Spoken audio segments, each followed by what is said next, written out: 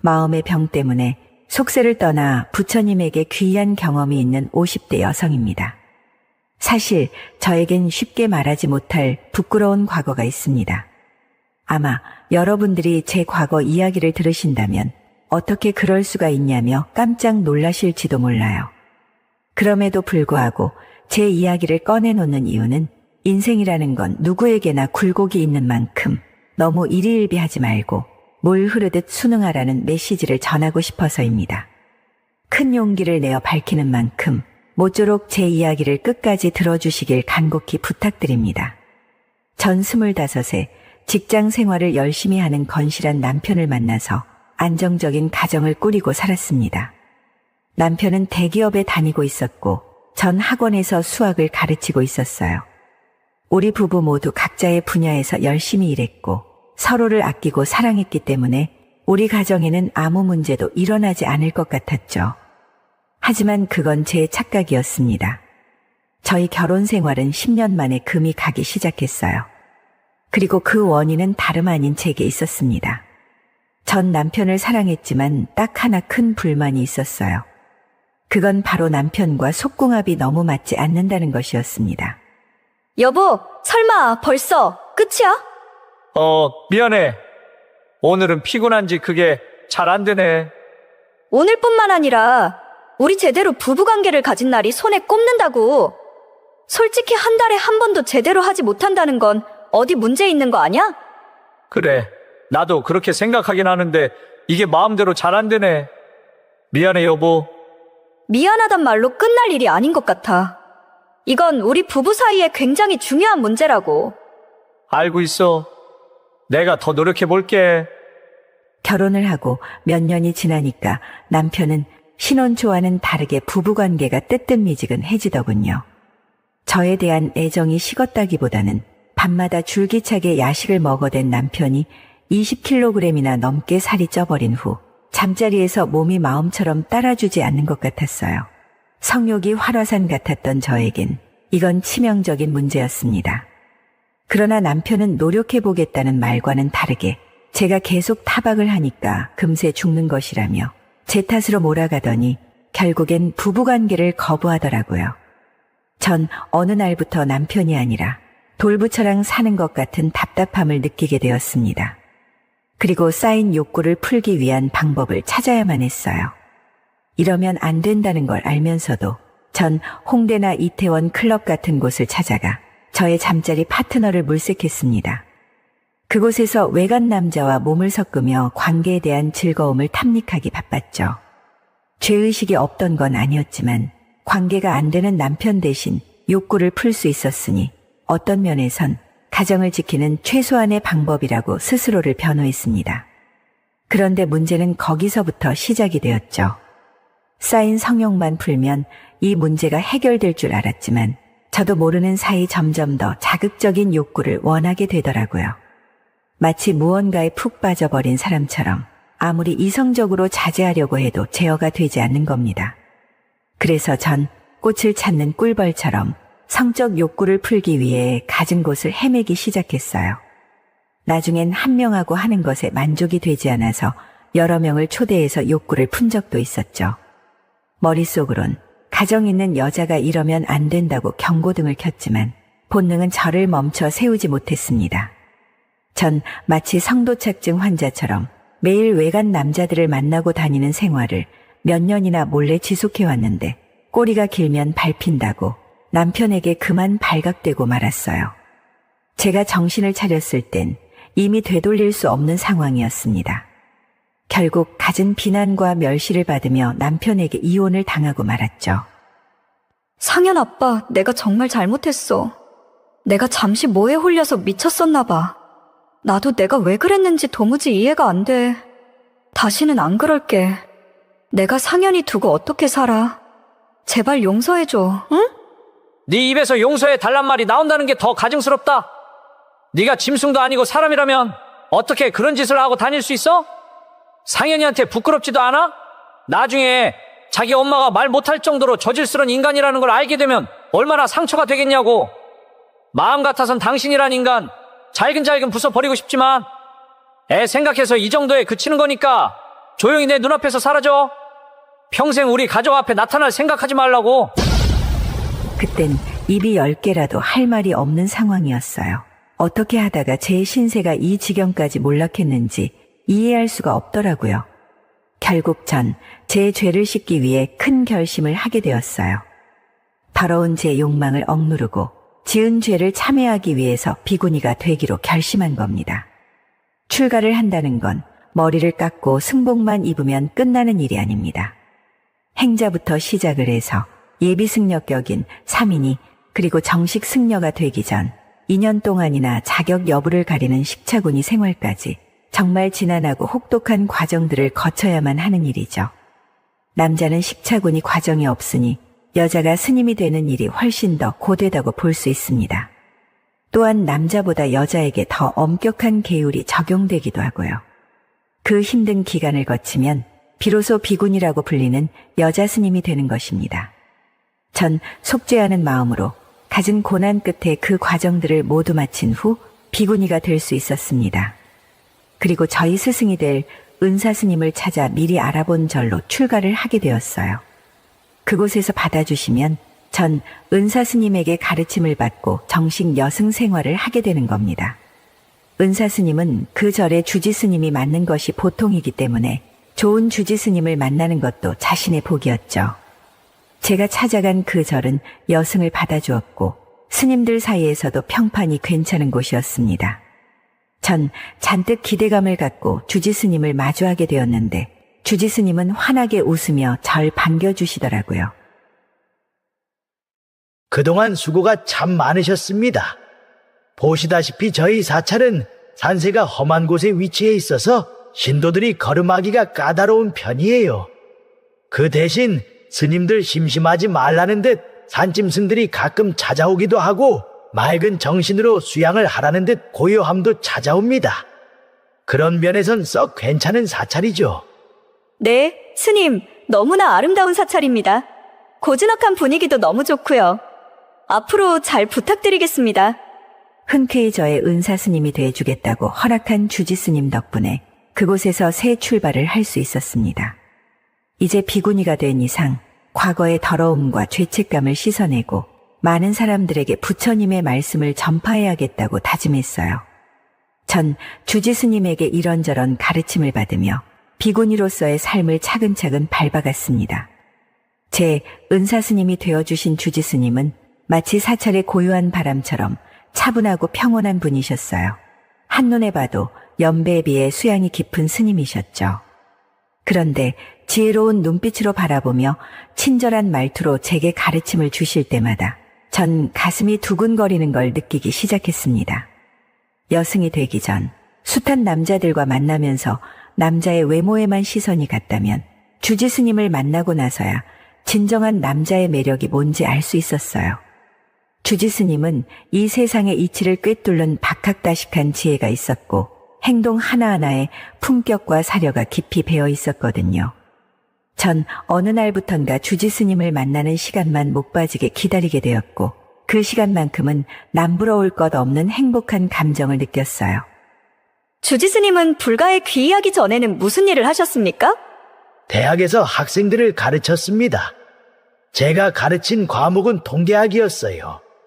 네? 그게 정말이에요? 아니, 그런데 어쩌다가 스님이 되신 건데요? 속세에 있을 땐 돈과 명예가 최고인 줄로만 알았습니다. 전 이 세상이 숫자로 이루어져 있다고 굳게 믿었어요. 하지만 목숨을 잃을 뻔한 사고를 겪고 난 이후 큰 깨달음을 얻었죠.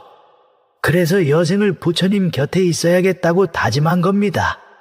아, 그런 사연이 있으셨군요. 주지 스님에 대해 알면 알수록 깊은 감정을 느끼기 시작했고 나중에는 하루라도 스님을 보지 않으면 안달이 날 만큼 빠져들게 되었어요. 네, 맞습니다. 남자에 빠져 육체적 쾌락을 일삼은 죄책감을 견디지 못하고 불법과 승가에 의지하려던 제가 오히려 주지 스님에게 욕정을 느끼게 된 겁니다. 절대 그러면 안 된다는 것을 알고 있으면서도 제멋대로 움직이는 제 마음을 바로 잡을 수가 없었어요. 처음엔 주지 스님에 대한 마음을 꽁꽁 숨기며 버텼지만 점점 인내심이 바닥나더라고요. 그러다가 저도 모르게 주지스님에게 웃음을 흘리기 시작했죠. 주지스님은 코가 참 오뚝하게 잘생기셨어요. 제가 평생 살면서 이렇게 멋진 코는 처음 보는 것 같아요. 꼭 영화배우 같다니까요? 고맙습니다. 남자 코가 잘생기면 그것도 잘생겼다는 말이 있던데 주지스님도 다르지 않겠죠? 되게 궁금하네요. 스님, 부처님 앞에서 그게 무슨 불경스러운 말씀이십니까? 어머, 제가 쓸데없는 말을 했네요. 웃자고 한 농담인데 불편하게 해드린 것 같아요. 죄송합니다. 앞으로는 조심해 주시길 바랍니다. 전 주지스님에게 진한 농담을 스스럼 없이 건네며 제 마음을 슬쩍슬쩍 비쳤습니다. 일종의 추파를 던지는 방법인데 그러면서 상대에게 호감이 있다고 신호를 보내고 상대의 반응을 살피는 겁니다. 제가 수많은 남자들을 만나면서 터득한 기술이었죠. 사실 주지스님에게 그런 야스러운 농담을 한다는 건 자칫 크게 문책을 받을 만한 일이었어요. 그런데 주지스님에게서 돌아온 반응이 크게 나쁘지 않더라고요. 처음엔 얼굴을 붉히며 헛기침을 하시더니 나중엔 제 농담에도 실웃음을 흘리며 은근히 받아치시는 겁니다. 주지스님의 반응을 보며 제게도 희망이 있다고 100% 확신했어요.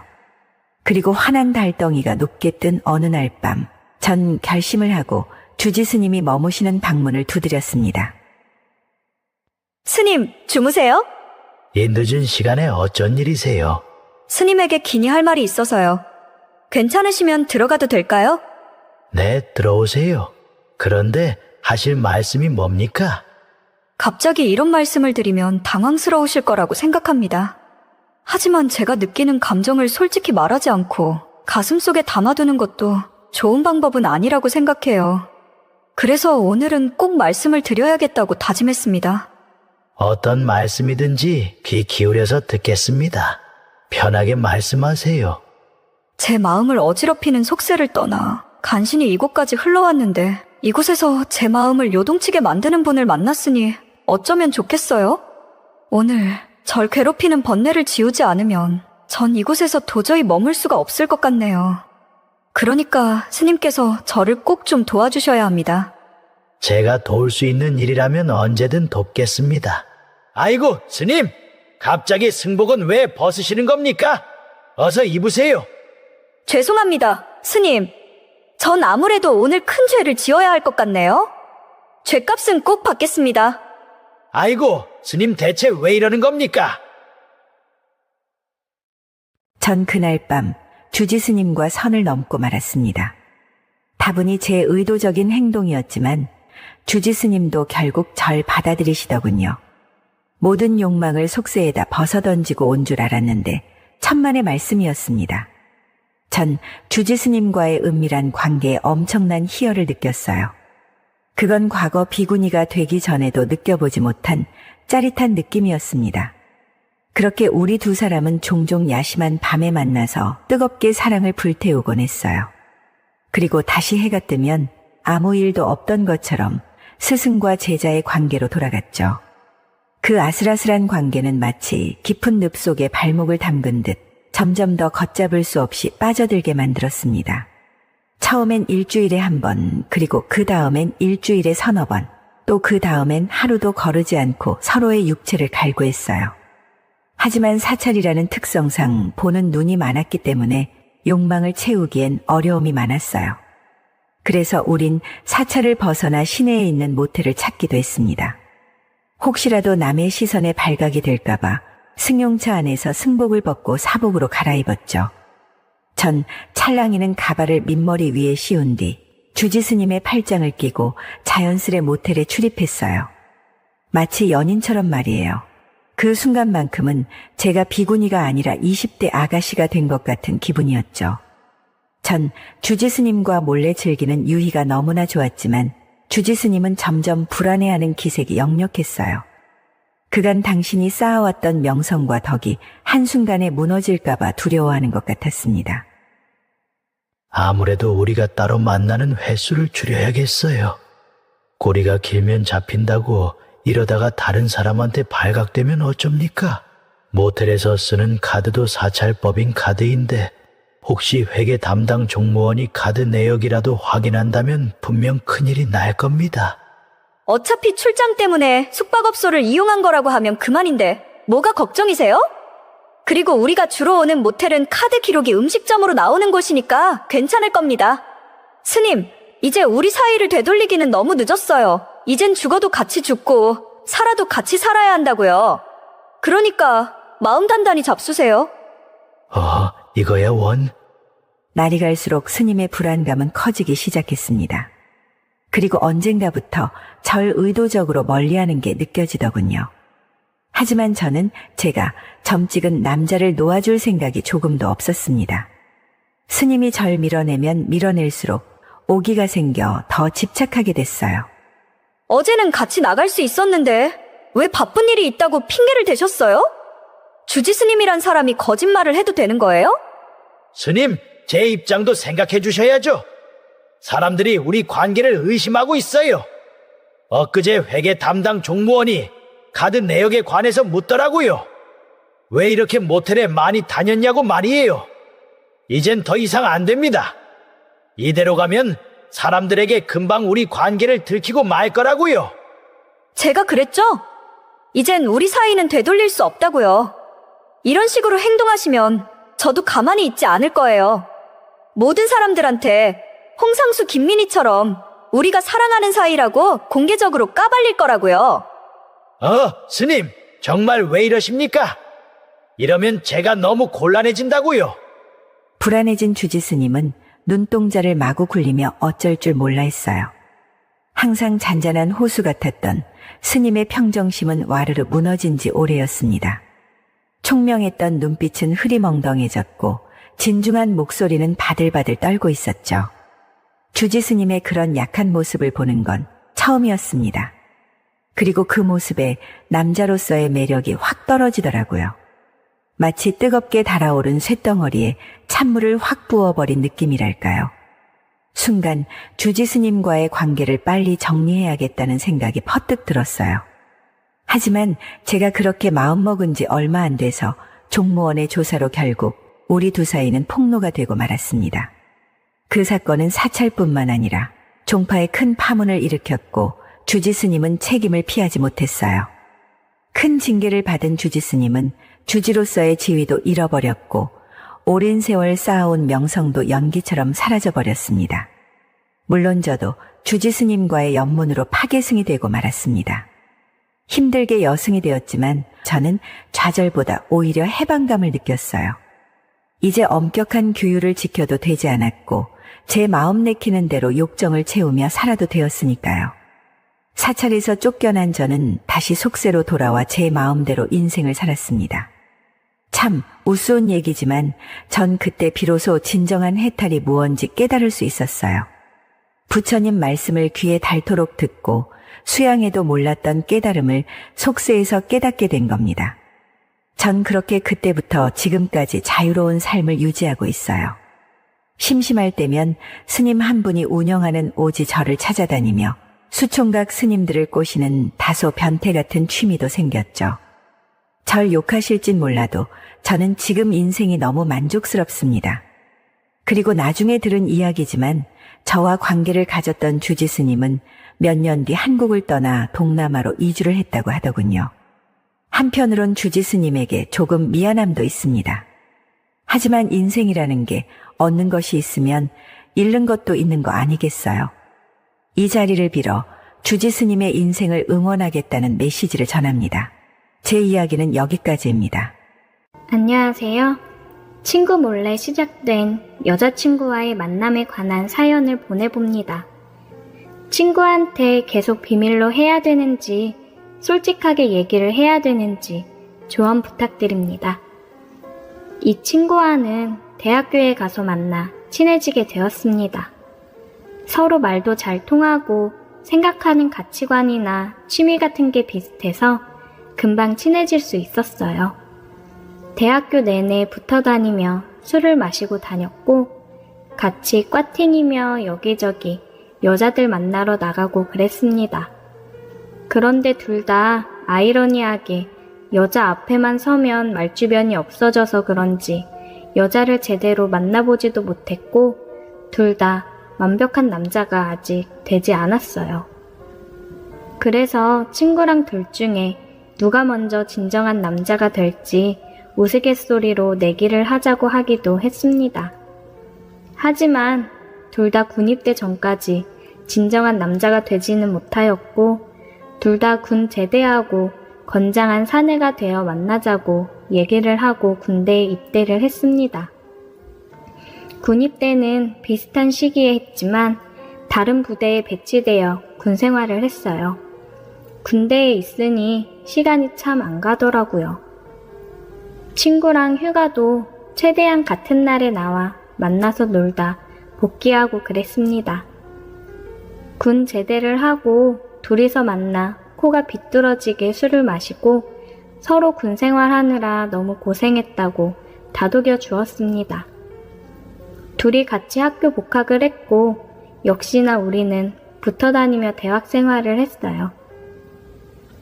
군대 제대하고 얼마 안 돼서 그런지 가까이 오는 여자들이 없어 우리 둘은 또 둘이서 신나게 술을 마시러 다니고는 했습니다. 그러다가 팀 과제가 있어 친구놈이랑 같이 친구 집에서 하기로 했어요. 친구 어머님이 계셨지만 곧 나가신다고 하셔서 친구네 집에서 모였습니다. 같은 팀 사람 2명은 각자 사정이 있어서 못 온다고 자료 준비는 다 해서 보내겠다고 했고 우리 둘이 편하게 과제하고 치맥이나 먹자고 얘기를 했습니다. 한참 집에서 과제를 하고 있는데 문소리가 들리더라고요.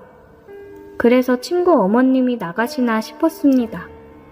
그런데 웬 여자가 우는 목소리가 들리더라고요. 뭐야? 누구 왔어? 아, 누나 같은데. 잠깐만 기다려봐. 친구한테 나이 차이 많이 나는 누나가 있다고는 들었는데 한 번도 본 적이 없었어요. 독립해서 따로 산 지 오래됐고 집에 잘 안 온다고 들었거든요. 저는 우는 목소리에 괜히 긴장돼서 조용히 귀를 기울이고 있었습니다. 얘기를 가만히 들어보니 친구 누나는 결혼을 전제로 동거를 하고 있었는데 그 남자가 처음엔 안 그러다가 집 청소도 하나도 안 하고 술만 먹으면 그렇게 손을 올리고 물건을 던지고 그런다고 하더라고요. 오늘은 쉬는 날인데 또 낮부터 친구들 만나 술을 먹고 저녁쯤 들어와서 또 그러길래 참다 이건 아닌 것 같아서 그냥 뛰쳐나왔다고 하는 것 같았습니다. 친구 어머님은 나가시려다가 갑작스레 들이닥친 딸의 눈물과 상황을 듣고는 한숨을 쉬시며 속상해 하셨어요. 그만 울어. 그런 못난 놈인 거 알았으면 된 거야. 결혼하기 전에 알게 된 게 얼마나 다행이야. 정신 차려. 진짜 사람이 어떻게 이렇게 변할 수가 있지? 야, 변한 게 아니라 원래 그런 사람이었던 거야. 엄마 말처럼 지금이라도 안 게 어디야. 괜히 혼인신고하고 법적으로 복잡해지지도 않고 조상님이 도와준 거라 생각해. 친구가 방으로 들어왔고 오늘은 그냥 가봐야겠다고 얘기를 했습니다. 그래, 나 오늘은 그냥 가볼게. 과제는 내일 다시 얘기하자. 저는 짐을 챙겨서 집에 가기 위해 방에서 나왔고 방에 들어갔을 거라고 생각한 친구 누나가 소파에 앉아 있더라고요. 굉장히 예뻐서 당황스러웠고 인사를 해야 되나 그냥 가야 되나 난감한 상황에 또 한 번 당황스러웠습니다. 안녕하세요. 안녕히 계세요. 바보같이 인사를 하고는 집을 나왔습니다. 친구 누나는 저를 보더니 그게 웃겼는지 살짝 실수를 터뜨린 것 같았어요. 제가 생각해도 굉장히 바보 같았습니다. 그나저나 친구한테 그렇게 이쁜 누나가 있을 거라고 생각을 못했는데 굉장한 미인이었어요. 또렷한 이목구비에 가녀린 몸매에 유전자가 누나한테 다 몰빵되었구나 싶었습니다. 완전 제 이상형이어서 자꾸만 생각이 나더라고요. 그리고 친구랑 과제는 저희 집에서 했습니다. 친구 말로는 누나가 그 사람이랑 끝내고 나와서 당분간 집에서 지낸다고 하더라고요. 그래서 당분간은 과제라든지 축구 보거나 할 때 저희 집에서 봐야 된다고 했어요. 과제를 하면서 2주 정도 시간이 흘렀고 과제 발표도 무사히 마치고 저는 다른 친구의 부탁으로 알바 대타를 해주고 집에 들어가는 길이었어요. 집 근처 편의점 파라솔에 친구 누나가 앉아서 술을 마시고 있더라고요. 저는 곁눈질로 쳐다보며 지나가려고 했는데 그때 누나가 저를 불러 세웠습니다. 잠깐 스탑! 너 준혁이 친구지? 일로 와봐. 아, 안녕하세요. 준혁이 친구 이현우입니다. 짜식, 친구 누나를 봤으면 인사를 해야지. 들어가서 소주 한 병 사서 일로 와, 앉아봐. 친구 누나는 술을 좀 많이 마신 것 같았습니다. 살짝 취한 것 같았어요. 아, 준혁이 놈은 나랑 술도 안 마셔주고 친구들이랑 마시자니 괜히 창피해서 얘기도 못하겠고 너는 그래도 그날 나 눈물 콧물 흘리면서 우는 것까지 다 봤으니까 더 창피할 것도 없고 같이 술이나 한잔 하자. 아, 네, 한 잔 받으세요. 그렇게 친구 누나랑 술을 마시게 되었습니다. 친구 누나는 그동안 있었던 일들을 얘기하며 열을 냈고 또 울기도 하고 그랬어요. 자기가 그동안 콩깍지가 제대로 씌여서 자꾸 이해하고 넘기려고만 했던 것 같다며 자책을 하더라고요. 저는 누나 잘못이 아니라며 위로를 해줬습니다. 술 마시면서 대화를 하다 보니까 말도 잘 통하고 되게 귀엽더라고요. 왠지 제 눈에도 콩깍지가 씌인 듯 했습니다. 누나는 고맙다며 다음에 또 술 친구를 해달라고 했어요. 저는 언제든지 오케이라고 얘기했습니다. 누나는 준혁이한테는 얘기하지 말라고 하더라고요. 자기 친구한테 지질이 군상 떤다고 뭐라 할 게 뻔하다면서요. 저도 준혁이가 알면 괜히 자기 누나랑 엮인다고 싫어할 수도 있겠다 싶어서 알겠다고 했습니다. 가끔 누나랑 술 한잔씩 하면서 얘기도 더 나누고 영화도 보면서 나름 데이트 비슷하게 하면서 지냈어요. 그러다 보니 점점 더 누나한테 마음이 가더라고요. 준혁이 녀석이랑 잘 통했던 것처럼 누나랑도 굉장히 잘 통하고 같이 있으면 항상 너무 즐거웠습니다. 그러다 누나랑 술을 마시고 일이 터져버렸어요. 그날은 전 남자친구와 같이 살던 집 문제며 모든 걸 다 끝냈다고 이제야 속이 후련하다고 술 한잔을 같이 하던 날이었습니다.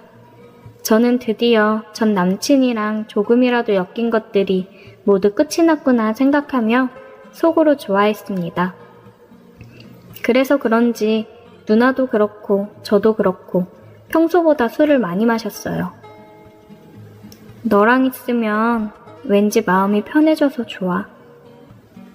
저도 누나랑 있으면 마음도 편하고 재밌어서 좋아요. 준혁이 친구만 아니었으면 참 좋았을 텐데. 왜요? 그게 상관 있어요? 그래도 동생 친구면 좀 그렇잖아.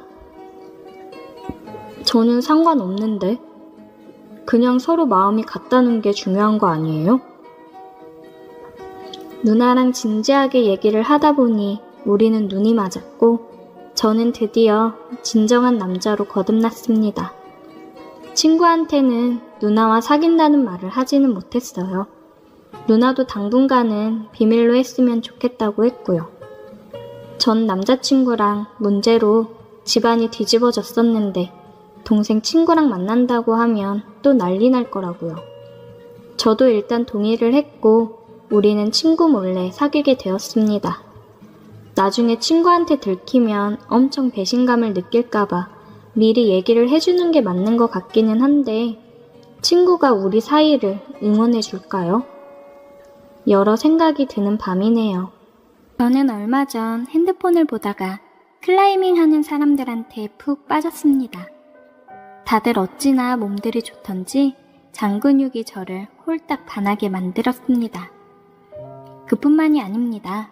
클라이밍 하는 여자분들은 왜 그렇게 몸에 딱 달라붙는 옷만 입는지, 그리고 다들 몸매는 왜 또 그렇게 좋은지 아주 홀딱 반하고 말았습니다. 시간 날 때마다 핸드폰으로 찾아보고 즐겼습니다. 맨손으로 암벽을 오르는 것도 신기반기했지만 여자분들 몸매 보는 맛에 더욱더 영상을 찾아보게 되고 호기심을 갖게 되었습니다. 저는 홧김에 클라이밍을 다녀보기로 했습니다. 일 끝나면 마땅히 할 것도 없고 해서 다녀보기로 했습니다. 클라이밍 하러 가서 보니 정말 잘했다 생각했습니다. 남녀 혼성 비율이 참 좋더라고요. 저는 앞으로 열심히 다녀야겠다. 여기서 여자친구도 만들고 해야겠다 마음 먹고 즐거운 마음으로 다니기 시작했습니다. 누나들도 많고 동생들도 많았습니다. 역시 여자들이 어느 정도 있어서 그런지 남자분들도 더 몸매 관리하고 신경 쓰는 것 같아 보였습니다. 저는 깔짝깔짝 암벽 타는 연습을 했고 주로 사람들 하는 거 구경을 많이 했습니다. 구경하다 보면 언제 시간이 갔는지 모르게 시간이 잘 흘러가 있었습니다. 솔직히 말하면 여자 구경하러 간 거지요. 여자들 몸매 보러 갔습니다. 다니다 보니 누나, 형들, 동생들이랑 같이 술도 자주 먹고 자주 만나게 되었습니다. 그러다 보니 자연스레 금방 친해지고 만나는 횟수도 더 늘었습니다. 나중에는 공부하는 사람들, 가정이 있는 사람들, 게임에 빠진 페인들 등등 빠질 사람들은 다 빠지고 술조들만 남았습니다. 5명에서 6명이 멤버였는데 여기서 여자가 반이 넘었답니다. 요즘은 결혼 시기가 늦어져서 그런지 여자 30은 아무것도 아닌가 봅니다. 다들 놀자예요. 암튼 멤버 중에서 연상 누님이 있었는데 왜 그렇게 잘해주는지 저는 호감을 갖게 되었습니다.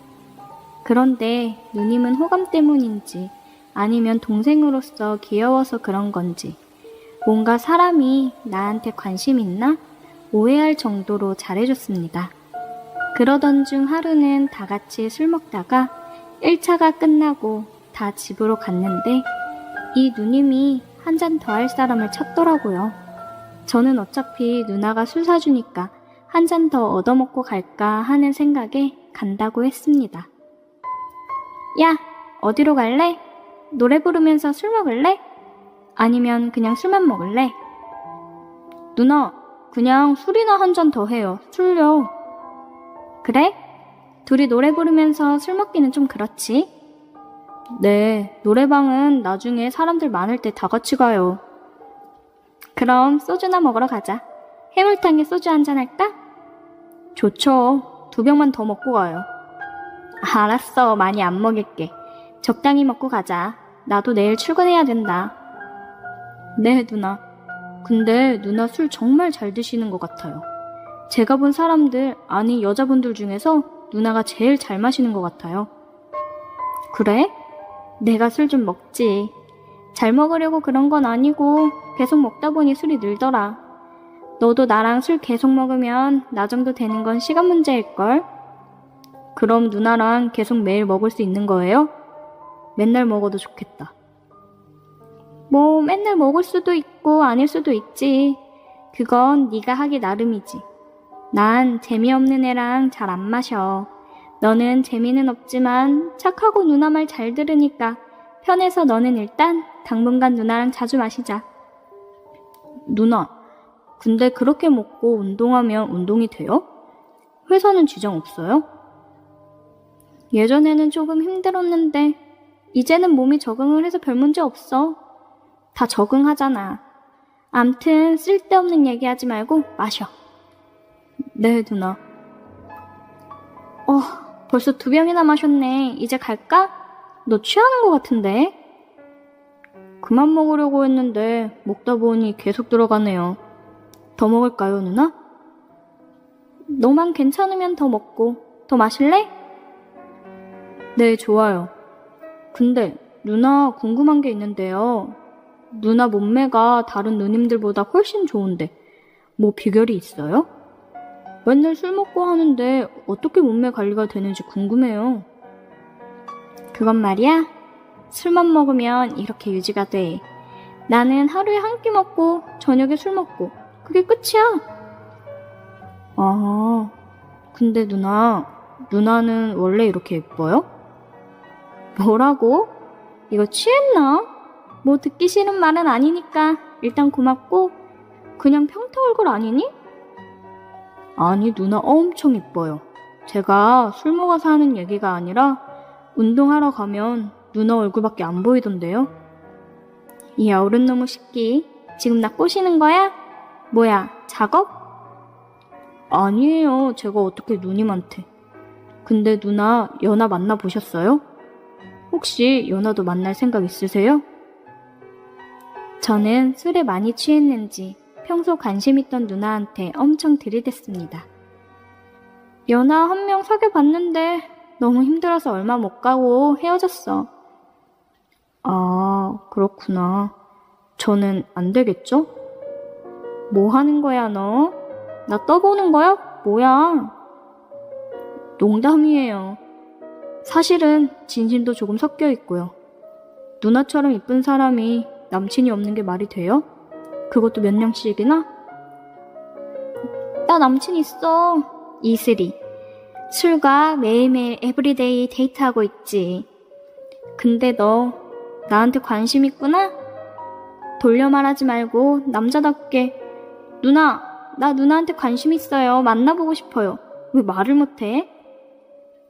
아니, 그래도 누나의 성향을 알아야 뭐 말을 꺼내던가 말던가 하죠. 근데 관심 있다고 하면 만나줄래요? 저는 연상이 좋더라고요. 포근하고 엄마 같고 참 좋아요. 야, 그럼 엄마한테 가서 찌찌나 더 먹고 와. 아, 그게 아니라 포근하고 잘 챙겨줘서 좋다고요. 술이나 한 잔 먹자. 네, 누나. 이제 그만 먹을까? 취하네. 시간도 좀 됐고. 누나 편하신 대로 하세요. 더 안 드시면 제가 집까지 데려다 줄게요. 됐어. 나 택시 타고 가면 돼. 뭐하러 같이 가. 네가 뭐 내 남친이라도 되냐? 그리고 나보다 네가 더 취해 보이거든. 저 안 취했어요. 그럼 누나 데려다 주면 오늘부터 남친이 되는 거예요? 오, 요놈 봐라. 훅 들어오네. 누나 다른 사람한테 뺏기기 전에 계속 찍어봐야죠. 10번 찍어 안 넘어가는 나무 없다고 하잖아요. 야, 그럼 오늘 너 한 병만 더 마시고 나 데려다 줘. 그럼 생각해볼게. 콜! 좋아요. 마지막 한 병을 마시는데 너무 힘들었습니다. 정신을 챙기기가 너무나도 힘들더라고요. 결국엔 누나한테 술도 지고 필름이 나가버렸습니다. 눈을 떠보니 낯선 곳이었어요. 누나가 내가 너무 취해서 숙박업소에 버리고 갔더라고요. 고마운 누나. 일어나서 누나한테 연락을 했습니다. 누나, 미안해요. 어제 제가 너무 취했었나 봐요. 누난 잘 들어가셨어요? 뭐 미안해 하기는. 너 어제 너무 취해가지고 집 안 간다고 해서 그럼 숙소 가서 자라니까 알아서 잘 올라가던데? 아, 그랬어요? 아무튼 미안하고 고마워요. 미안해서 그런데 오늘은 제가 술 살게요. 좋지. 이따가 일 끝나고 보자. 퇴근하고 누나를 만나서 술집으로 향했습니다. 우리는 술을 어제처럼 취할 정도로 많이 마셨고 2차는 노래 부르는 술집으로 갔습니다. 노래를 부르면서 술을 계속 마셨어요. 나도 그렇고 누나도 그렇게 술이 들어가서 그런지 노래방에서 노래 부르고 춤추면서 신나게 놀게 되더라고요. 누나랑 거리낌 없이 놀다 보니 더 가까워진 것 같고 좋았습니다. 술이 어느 정도 올라오니 제 얼굴이 빨개졌는지 누나가 귀엽다며 잠깐 옆으로 오라고 했고 옆에 다가가니 누나가 볼에 뽀뽀를 해줬어요. 누나도 술에 많이 취하고 노래에 취하고 이 분위기에 취했는지 눈이 살짝 풀렸더라고요. 저는 깜짝 놀랐지만 아닌 척하려고 무지 노력을 했습니다.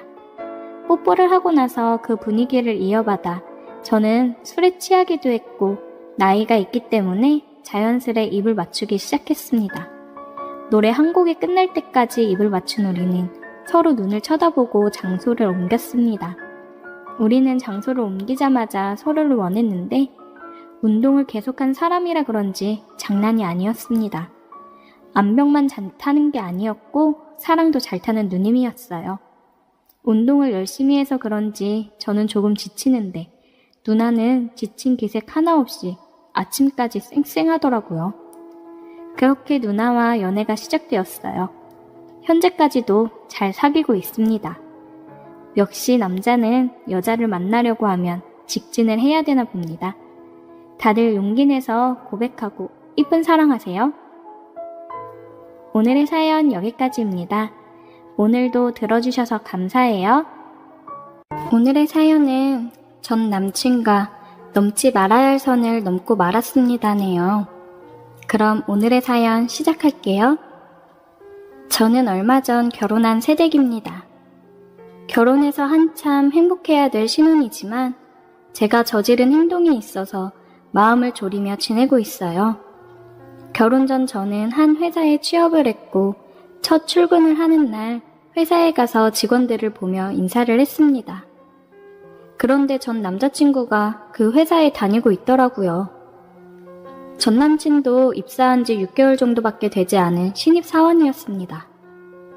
서로 보고 약간 당황하는 듯 했지만 딱히 아는 척을 하진 않았어요. 처음 하는 회사 생활인데 괜히 전 남친 여친으로 구설수에 오르고 싶지 않았습니다. 전 남친도 저와 같은 생각인지 아는 척을 안 하더라고요. 그렇게 저는 회사 생활을 시작했는데 아무래도 회사에 여자 직원은 저 하나고 다들 남자여서 그런지 저에게 다들 친절하고 잘해주시더라고요. 그래서 회사 생활 좀 편하게 할 수 있겠다 싶었습니다.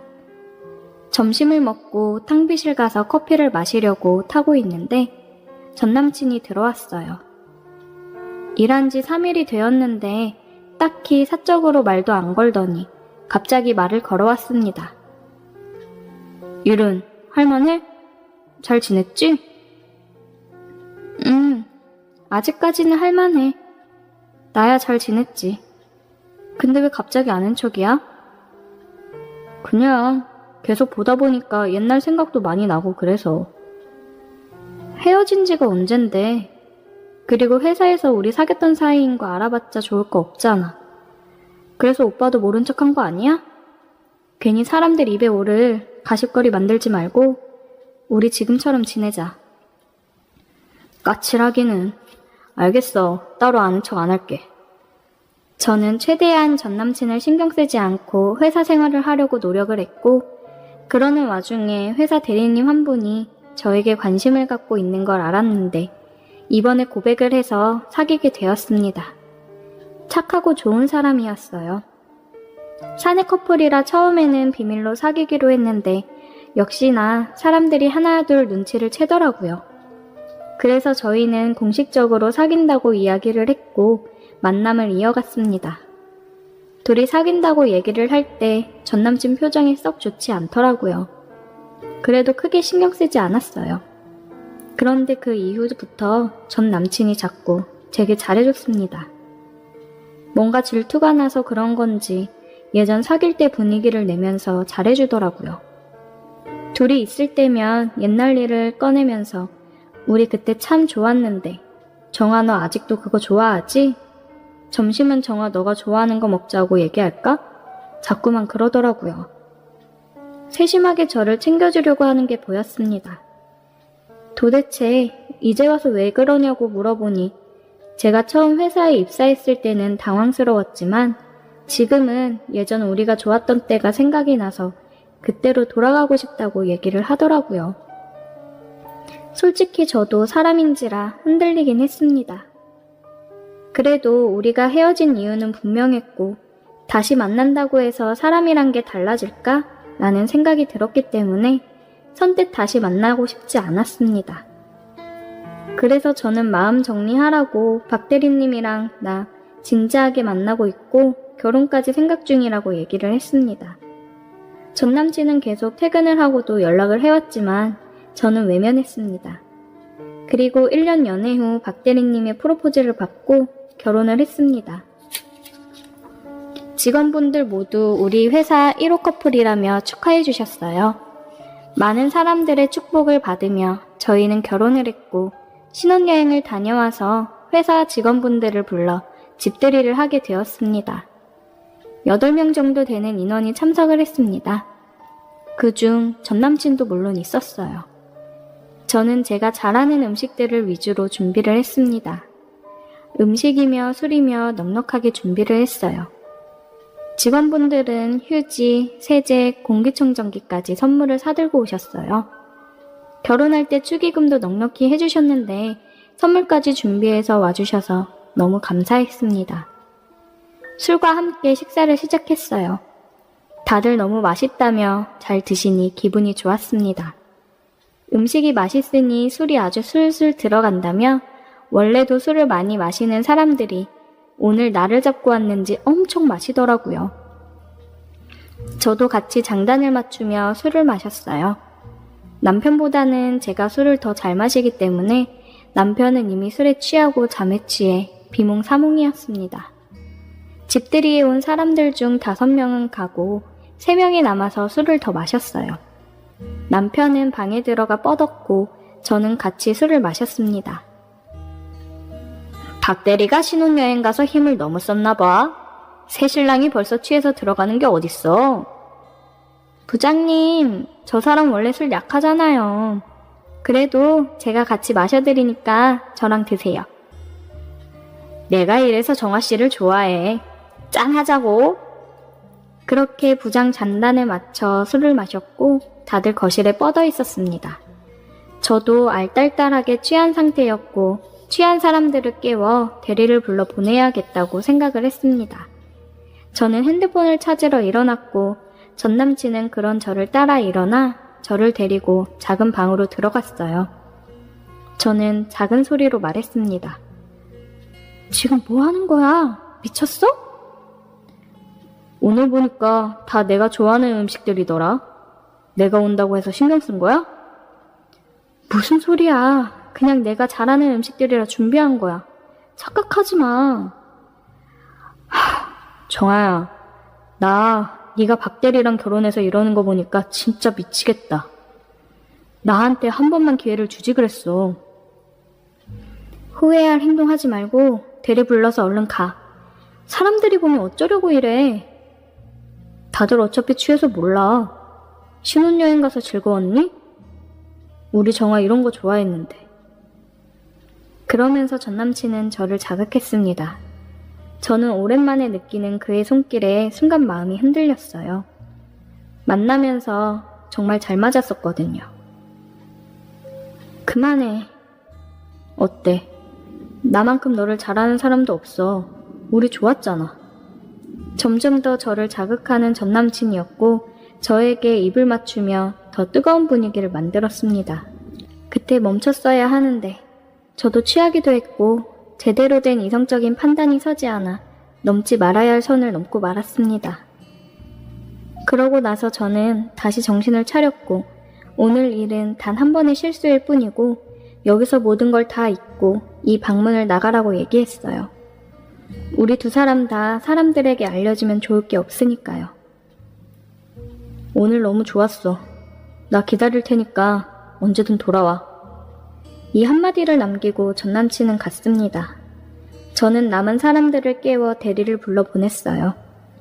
그리고 일주일 정도 회사를 다니고 나서 남편과 상의 끝에 퇴사를 했습니다. 전 남친을 마주할 자신이 없어서 퇴사를 했는데 남편한테는 아이 갖기 전에 좀 더 안정적인 직업을 찾아서 이직을 하고 싶다고 얘기를 했어요.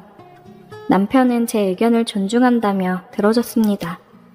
전 남친한테 아직까지 따로 연락이 오고 있지는 않습니다. 이 바닥도 소문이 빠르게 돌고 좁은지라 알려지면 취업하기 힘들거든요. 그래서 조용한 것 같은데 저와 있었던 일을 얘기하거나 하진 않겠죠? 사람이 죄짓고는 못 산다고 하루하루가 너무 불안하고 남편을 볼 때마다 미안하고 미치겠습니다. 그놈의 술과 예정이 뭐라고 사람을 힘들게 하네요. 저는 어떻게 해야 되는 걸까요? 오늘의 사연 여기까지입니다.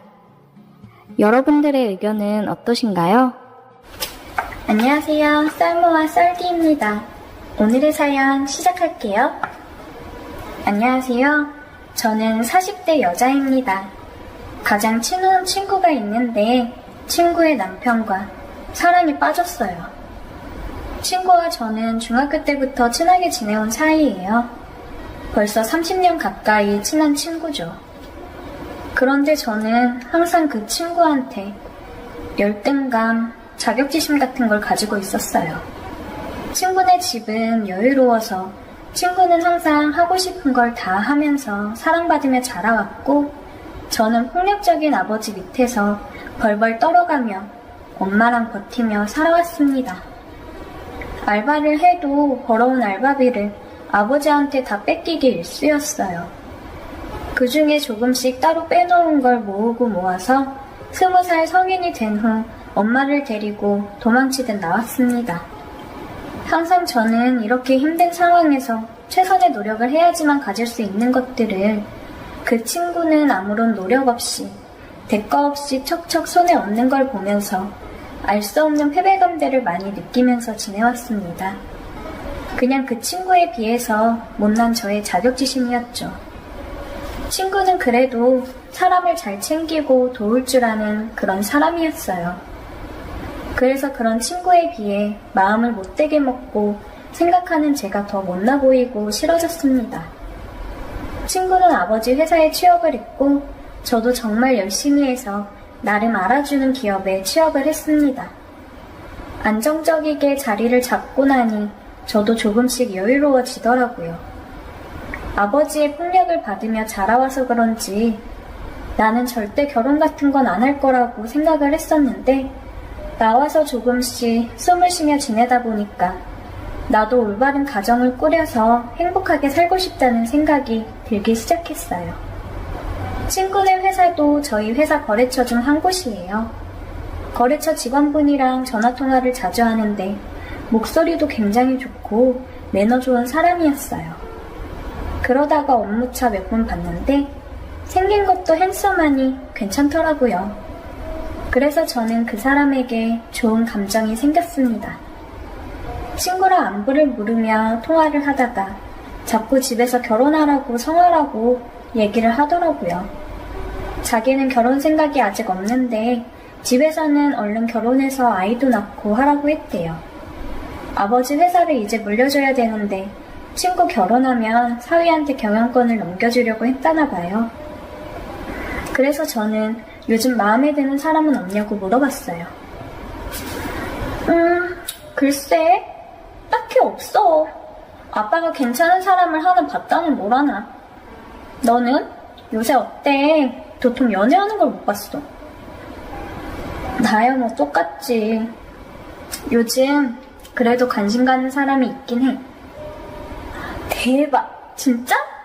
웬일이야? 천하의 박은실이 관심 있는 남자가 생겨? 어떤 남자야? 너무 궁금하다. 아휴, 오버하지 마. 그냥 혼자 조금 관심 생긴 정도야. 나중에 만나서 얘기하자. 나 과장님이 불러서 들어가야 해. 알겠어. 오늘도 화이팅하고 조만간 보자. 그렇게 친구랑 통화를 끝냈고 다시 업무를 시작했어요. 특별할 것 없는 같은 일상을 보내고 있었는데 친구한테 연락이 오더라고요. 야, 이 언니 곧 시집간다. 저는 문자를 보고 너무 놀라서 친구한테 전화를 했습니다. 무슨 소리야? 갑자기 결혼? 아빠가 요즘 몸이 안 좋아지셔서 계속 결혼 빨리 하라고 난리를 치셔가지고 저번에 얘기했던 사람이 우리 회사 직원이더라고. 아빠가 마음에 들었나 봐. 일도 잘하고 성실하고 나도 오며 가며 봤었는데 괜찮더라고. 팀원들 사이에서 평도 되게 좋고 딱히 딱히 다른 남자를 만나고 마음도 없어서 알겠다고 했지. 아니, 그래도 한 번뿐인 결혼인데 신중하게 생각해야지. 너 인생이잖아. 남자 잘 만나야 고생을 안 하는 거야. 몰라. 살다가 정 못 살겠다 싶으면 이혼해야지 뭐. 요새 이혼이 흠도 아니고. 그리고 아빠 때문에 한 번 만나서 밥 먹었었는데 사람이 괜찮더라고. 그래, 괜찮은 사람이라니 다행이긴 하네. 얼른 봐야겠다. 남편 될 사람이랑 같이 한번 보자. 너가 보고 어떤지 얘기해줘. 벌써부터 남편 될 사람이라는 말이 아주 척척 나오네. 알겠어. 연락해. 갑작스런 친구의 결혼 계획에 놀라기는 했지만 워낙 그쪽 세계가 정력 결혼이니 뭐니 많은 곳이라 친구도 그런가 보다 생각을 했어요. 친구가 다음 주쯤 한번 보자고 하더라고요. 그래서 알겠다고 했습니다. 퇴근을 하고 친구랑 만나기로 한 장소로 나갔어요. 친구가 먼저 와 있더라고요. 은실아, 여기. 정화야. 친구를 보고 인사를 하다가 옆에 있는 남자를 보고 저도 모르게 표정이 굳어졌습니다. 짠! 내가 얘기했지? 나랑 결혼할 혁준씨. 은실이 너도 알지? 안녕하세요, 은실씨. 정화씨랑 친구 사이일 줄은 몰랐는데 어떻게 또 인연이 이렇게 되었네요? 안녕하세요. 혁준씨가 정화랑 결혼하는 거예요? 네, 그렇게 됐네요. 보니까 혁준씨가 담당하는 거래처가 너네 회사더라? 그래서 내가 너 얘기했었거든. 나랑 제일 친한 친구가 다니는 회사라고. 그랬더니 너랑 같이 업무 관련해서 일한다고 하더라고. 너무 신기하지? 오늘 만나기 전까지 우리 사이 비밀로 하라고 했지. 서프라이즈! 그랬구나. 너무 놀랬다. 축하해요, 혁준씨. 이거 괜히 민망하네요. 감사해요. 우리 10월에 결혼하기로 했어. 3개월밖에 안 남아서 준비하려면 빠듯해. 생각보다 더 빠르네. 정신없겠다. 플래너한테 대부분 맡기면 되긴 하지 뭐. 가정가구도 내가 전부터 사고 싶었던 것들로 꾸미면 되고. 가장 중요한 건 살이나 더 열심히 빼야지. 뭐 얼마 찌지도 않았으면서. 드레스 입은 모습 보니까 너무 예쁘겠다. 은실이 너가 나 드레스 좀 골라줘. 혁준씨는 경영 수업 받느라 이제 엄청 바빠질 거라서 나랑 같이 드레스 보러 다니자. 내가? 같이 가줄 거지? 응? 알겠어. 시간 내볼게. 저는 친구의 결혼을 마냥 축하해줄 수는 없었어요. 빠르게 시간이 흘러서 친구 결혼식 날이 다가왔습니다. 두 사람 사이에 사랑은 없다고 생각했는데 둘이 지내는 거 보면 그새 서로에게 마음이 생긴 것 같기도 하더라고요. 결혼을 하고 둘은 잘 살고 있는 줄 알았어요. 결혼하고도 몇 년이 흘렀지만 둘 사이에 아이는 없었습니다. 요즘 흔히들 말하는 딩크 부부구나 생각을 했어요. 근데 친구 아버지가 자기 핏줄에 되게 예민하시던데 이렇게 아이를 안 낳아도 아무 말 안 하시나 싶었습니다. 저는 아직 결혼을 안 했어요. 딱히 결혼하고 싶은 생각이 없더라고요. 그렇게 처음으로 마음을 내어준 사람이 친구랑 결혼하는 모습을 보고 나니 그냥 모든 게 부질없다고 느껴졌습니다.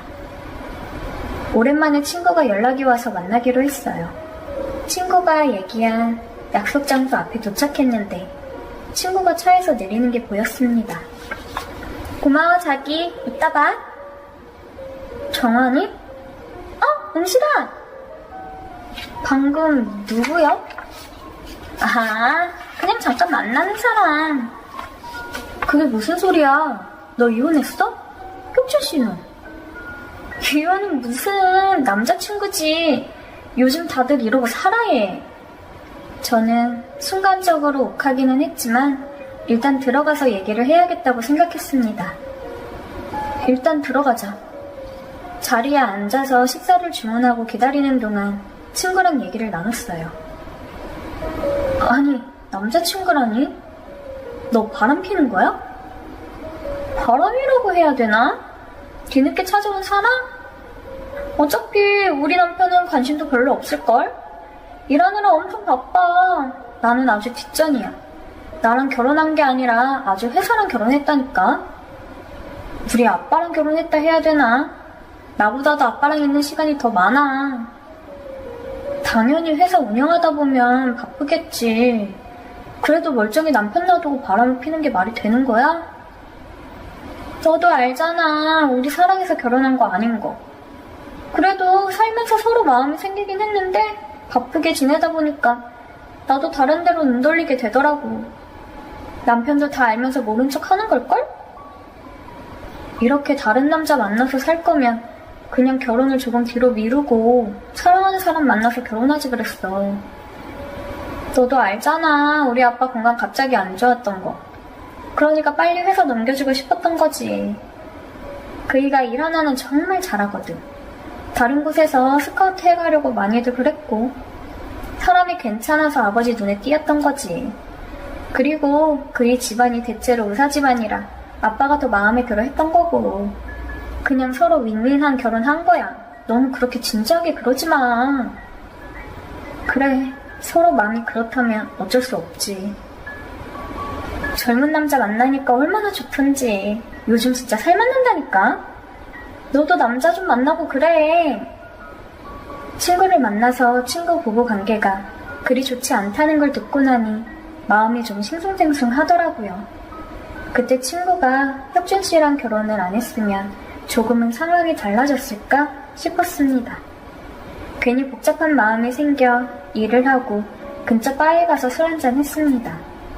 만날 친구도 별로 없고 남자가 있는 것도 아니고 가끔 술 한잔 생각날 때면 바에 가서 칵테일 한 잔씩 마시고는 했어요. 은실씨? 혁준씨? 와, 오랜만이네요. 그러게요. 잘 지내셨어요? 같이 앉아서 한잔 해도 돼요? 네, 그럼요. 앉으세요. 오랜만에 보니 가슴이 너무 떨리더라고요. 오랜만에 본 그는 역시나 핸섬했습니다. 얼마 전에 정아 만났었는데 많이 바쁘다고 하시더라고요. 아, 할 일이 많다 보니까 집사람이랑 같이 보낼 시간도 없네요. 일하는 건 힘들진 않으세요? 원래 하던 일에서 좀 더 추가된 건데요, 뭐. 일하는 건 괜찮아요. 너무 일만 해서 문제죠, 뭐. 오랜만에 만나서 많은 얘기를 나누었고 얘기하는 게 즐겁다 보니까 술을 계속 먹게 되더라고요. 대화가 너무 잘 통하고 재미있었어요. 같이 있는 시간이 즐겁다 보니까 친구가 더 원망스러웠습니다.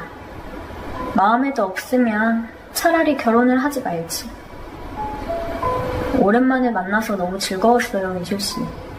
이렇게 대화하면서 웃어본 게 얼마만인지 모르겠네요. 저도요. 너무 즐거웠어요. 이제 갈까요? 일어나려는 그의 옷자락을 잡았습니다. 좀 더 이따 가면 안 돼요? 네? 그냥 한 잔 더 하고 싶어서요. 아, 그럼 그럴까요? 저는 그 사람을 붙잡았어요. 이대로 헤어지기가 너무 아쉬웠습니다.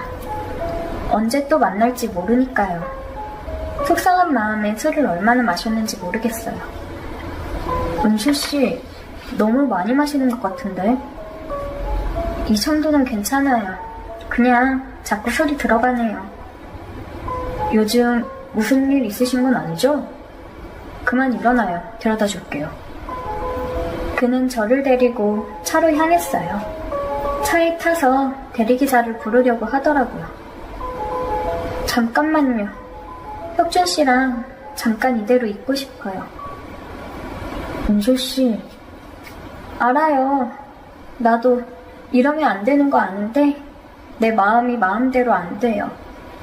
내가 처음으로 마음을 연 사람이 혁준 씨였는데 정아랑 결혼한다고 하니까 마음 잡고 살고 있었는데 은실씨, 그게 무슨... 저 혁준 씨 좋아했어요. 아직도 좋아해요. 전혀 몰랐어요. 혁준 씨, 정아 다른 남자들 만나고 다니는 거 알아요? 알죠. 모를 수가 있나요. 그럼 우리도 만나볼래요? 혁진 씨는 저 어때요? 우리 오늘 되게 잘 통하지 않았어요? 은실 씨. 모르겠어요. 이제 저도 제 마음을 멈출 수가 없어요. 저는 혁준 씨에게 키스를 했어요. 처음에 살짝 머뭇거리는 듯 했으나 혁준 씨도 이내 저를 받아주었어요. 저는 그의 마음에 들기 위해서 최선을 다해 그를 기분 좋게 해줬습니다. 차 안에서 서로의 마음을 확인하는 시간을 보낸 우리는 이대로 헤어지긴 게 아쉬워 호텔로 향했어요. 호텔에 들어서자마자 혁준 씨도 더 적극적으로 저를 안기 시작했습니다. 서로의 거친 손소리만 가득했어요. 우리는 더욱 뜨겁게 서로를 안았습니다. 정아랑은 어때요? 밤에 잘 지내요? 그 사람 다른 남자 만나는 이유가 그거예요. 내가 너무 바쁘니까 나로는 만족이 안 돼서 욕구가 엄청나거든요. 아이 안 갖는 이유도 아이 낳으면 즐기며 살 수 없다고 구속되는 게 싫다나? 혁준 씨가 밤에는 정아랑 거리를 뒀으면 좋겠어요. 다른 남자랑 바람난 정아를 혁준 씨가 안는 거 싫어요. 알겠어요. 노력해 볼게요. 사랑해요, 혁준 씨. 처음으로 그에게 사랑한다고 속삭였습니다. 너무 행복했어요. 그리고 친구도 바람을 피기는 했지만 친구의 남편과 내가 사랑에 빠져 이런 관계를 가지니 친구를 이긴 듯한 기분이 살짝 들었습니다. 혁준 씨랑은 연인 관계로 발전을 했어요. 친구한테도 만나는 사람이 생겼다고 얘기했습니다. 어떤 사람인지 보고 싶다고 하는데 나중에 보여준다고 했어요. 저를 너무 사랑해주고 밤에도 뜨거운 사람이라고 얘기했습니다. 친구는 기집애 너무 좋겠다며 본인이 더 들떠있더라고요. 그 사람이랑 지금 관계를 유지하며 지내는 게 맞는 걸까요? 아니면 이혼을 하라고 하는 게 맞는 걸까요? 한편으로는 이혼을 하게 되면 회사를 그만둬야 될 테니까 이혼하라는 소리도 못하겠네요. 그래도 뒤늦게나마 우리의 사랑을 확인하고 만나서 너무 행복합니다.